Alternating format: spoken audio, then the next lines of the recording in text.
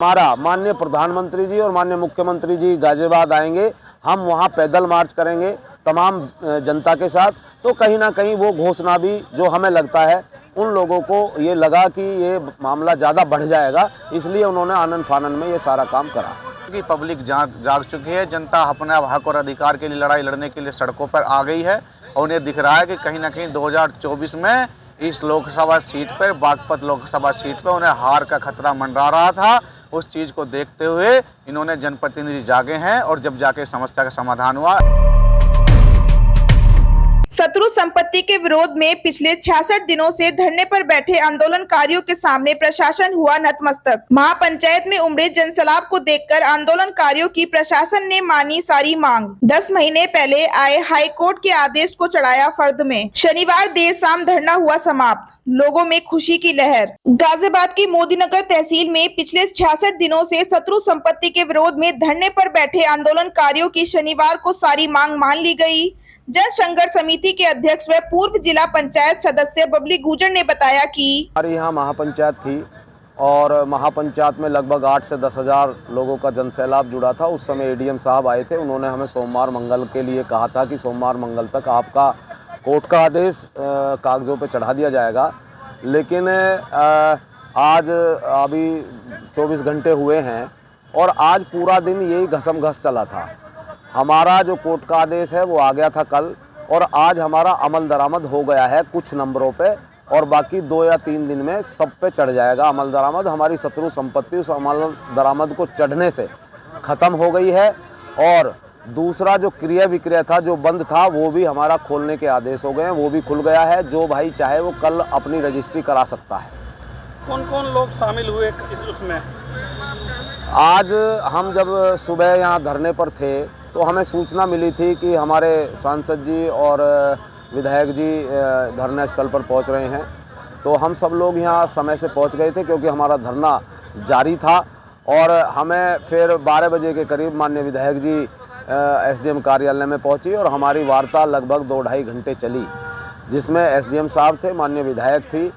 सारी चीज़ें जो हमारी मांग थी वो मानी गई, लेकिन एक मांग पे हमारी पे गड़बड़ थी। हमारा कहना था कि जो जांच प्रक्रिया आपकी है, क्योंकि कोर्ट के आदेश हैं जांच के, उस जांच को उसका आप स्वरूप बदल दीजिए जिससे लोगों को परेशानी ना हो। तो उस पर हमारी सहमति नहीं बन पाई थी। अभी हमारे बीच में 6 बजे के करीब, 5:45 बजे जिलाधिकारी महोदय हमारे बीच आए। लगभग 1 घंटा, आधा पौना घंटा लगभग हमारी वार्ता चली डीएम साहब के साथ। हमारे तमाम कमेटी के लोग थे, डीएम साहब थे और जो हमारी जांच की जो हमारी मांग थी वो जांच डीएम साहब यहाँ हमारी बात को मान गए और उन्होंने यहाँ मंच से घोषणा करी कि उस जांच को भी वो जिस तरीके से हम चाह रहे थे या जो हमारे वकीलों ने जो हमें सलाह दी थी कि जांच इस तरह से होनी चाहिए, उसी तरह से वो जांच होगी। लोगों को जांच में परेशान नहीं किया जाएगा। जो ऑर्डर था इनका, जिस ऑर्डर से इन्होंने शत्रु संपत्ति चढ़ाई थी, तो माननीय हाई कोर्ट ने अब से 10 महीने पहले उस ऑर्डर को सेट असाइड कर दिया था, गलत ठहरा दिया था कि आपने गलत कर दिया। और उसमें उन्होंने एक लाइन जांच के लिए जोड़ दी थी कि आपको जांच करके करना चाहिए था या जो करना है वो जांच करके करें। हमारी लगातार मांग चली आ रही थी, जब माननीय हाई कोर्ट ने आदेश कर दिया तो आप हमारा आदेश चढ़ाइए, तो वो आदेश हमारा आज इन्होंने चढ़ा दिया है। ये बात तो ठीक है भाई, भारत सरकार का ही मामला था और कार्रवाई भारत सरकार से ही हुई है, लेकिन मेरा कहना है कि भारत सरकार, हम पिछले 1.25-2 साल से संघर्ष कर रहे हैं और अभी हमें आज 66वां दिन है। भारत सरकार ने करा है तो वो जो हमारा 66 दिन का आंदोलन था या कल हमारी महापंचायत थी जिसमें जनसैलाब जुड़ा और तहसील की तालाबंदी हुई, कहीं ना कहीं उस सब का पूरा उसी का असर था। जो हमारी महापंचायत थी उसमें जनसैलाब जुड़ा और महापंचायत के बाद अगर आदेश आया है तो वो इस जनता की ताकत थी, इन पीड़ितों की ताकत थी, जो हमारे साथी, चाहे हमारे व्यापार मंडल ने हमें बहुत सहयोग करा, हमारे किसान यूनियन के तमाम संगठनों ने सहयोग करा, हमारे तमाम राजनीतिक दल के पार्टियों के नेताओं ने हमें सहयोग करा, हमारे सामाजिक संगठनों ने सहयोग करा, तो किसान यूनियन के तमाम नेताएं। तो मैं समझता हूं कि जो वो जनबल की ताकत थी, जो लोकतंत्र में अधिकार है, उस जनबल की ताकत के सामने ये इनको झुकना पड़ा और ये आदेश आया और वो आज पूरा हो गया। कहीं ना कहीं 2024 का डर भी कहीं ना कहीं सता रहा है, जिस वजह से इतनी जल्दबाजी है, रात को डीएम साहब आ रहे हैं। कहीं ना कहीं वो डर भी सता रहा है। देखिए ये तो बिल्कुल सच्चाई है, इसमें तो कोई बात है ही नहीं। 2024 का चुनाव है और कोई पार्टी हो, कोई भी नेता हो, वो प्रयास करता है कि भाई हमारा कहीं नुकसान ना हो। और इसमें निश्चित रूप से उनके दिमाग में ये बात थी कि अगर ये मामला और बड़ा हुआ, या हमने जैसे कल घोषणा करी थी कि अगर हमारा माननीय प्रधानमंत्री जी और माननीय मुख्यमंत्री जी गाजियाबाद आएंगे, हम वहाँ पैदल मार्च करेंगे तमाम जनता के साथ, तो कहीं ना कहीं वो घोषणा भी जो हमें लगता है उन लोगों को ये लगा कि ये मामला ज़्यादा बढ़ जाएगा, इसलिए उन्होंने आनन फानन में ये सारा काम करा। आज की जो जीत मानते हैं, किसकी जीत मानते हैं? ये पूरी जनता की जीत है, ये हमारी किसी की नहीं है, सब लोगों की जीत है, हमारी कमेटी की जीत है, हमारे एक एक कार्यकर्ता की जीत है।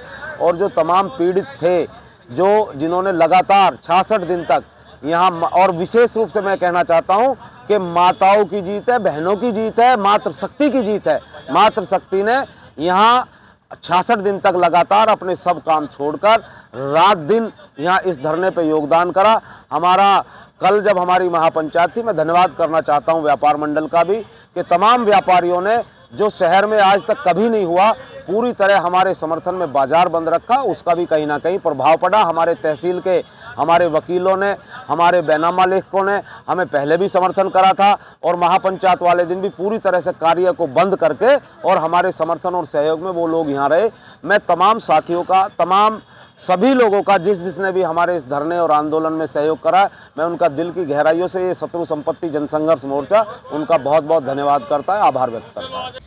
वहीं धरने का संचालन कर रहे राहुल गुर्जर ने बताया कि प्रशासन ने शुक्रवार को बुलाई गई महापंचायत में उमड़े जनसैलाब को देखकर और 2024 में होने वाले लोकसभा चुनाव के डर से हमारी मांगों को माना गया है। देखिए, सबसे पहले तो मैं जिन लोगों ने संघर्ष किया है, पिछले पौने 2 साल से लगातार लड़ाई लड़ रहे हैं, हम जनसंघर्ष मोर्चा के तत्वाधान में हम सब लोगों ने लड़ाई को लड़ा है।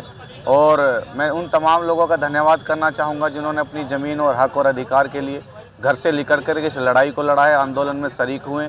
आंदोलन में शरीक हुए एक एक व्यक्ति का धन्यवाद करना चाहूँगा। खासकर हमारी जो मातृशक्ति की संख्या थी, जो पहले दिन से लेकर के लगातार 66 दिन तक जो मजबूत स्थिति में संख्या बनी रही, जिन्होंने घर बार छोड़ करके, अपने बच्चों को छोड़ करके हमारे इस धरने में सहयोग और समर्थन किया है, मैं उनका भी धन्यवाद करना चाहूँगा।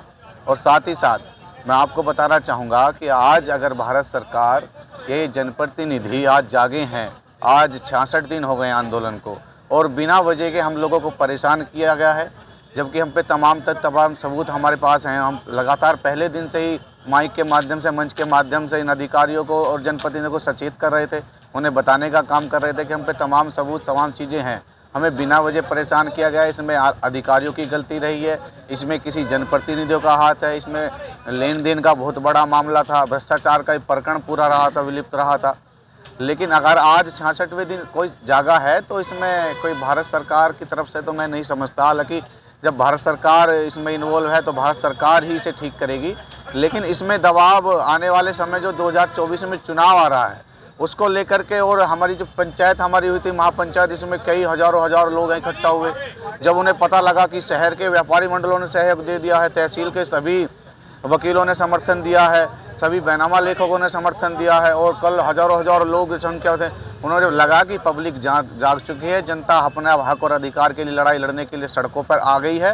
और उन्हें दिख रहा है कि कहीं ना कहीं 2024 में इस लोकसभा सीट पर, बागपत लोकसभा सीट पर उन्हें हार का खतरा मंडरा रहा था। उस चीज़ को देखते हुए इन्होंने जनप्रतिनिधि जागे हैं, और जब जाके समस्या का समाधान हुआ, अगर आज समस्या का समाधान हुआ है तो इसका सिर्फ श्रेय इस आंदोलन को जाता है, मोर्चे के सभी पदाधिकारी को जाता है, और एक एक व्यक्ति का मैं धन्यवाद करूंगा जो आंदोलन में शरीक हुआ, अपनी लड़ाई को मजबूत तरीके से लड़ा।